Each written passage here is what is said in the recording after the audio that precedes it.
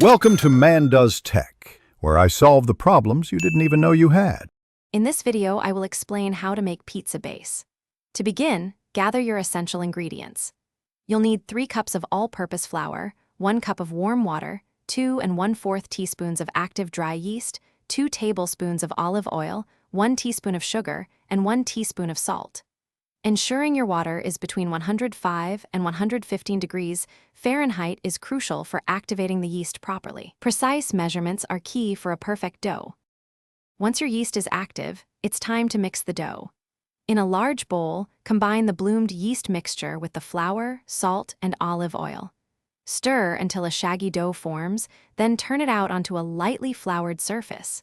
Knead the dough continuously for about 5 to 7 minutes. This process develops the gluten, making your pizza base wonderfully chewy and easy to work with. After kneading, the dough needs to rest and rise. Lightly oil a clean bowl, place your dough inside, and turn it once to ensure it's fully coated. Cover the bowl tightly with plastic wrap or a clean, damp kitchen towel. Find a warm spot in your kitchen and let the dough rise for 60 to 90 minutes or until it has visibly doubled in size. This step is vital for a light, airy crust. Now for the exciting part, shaping your pizza base.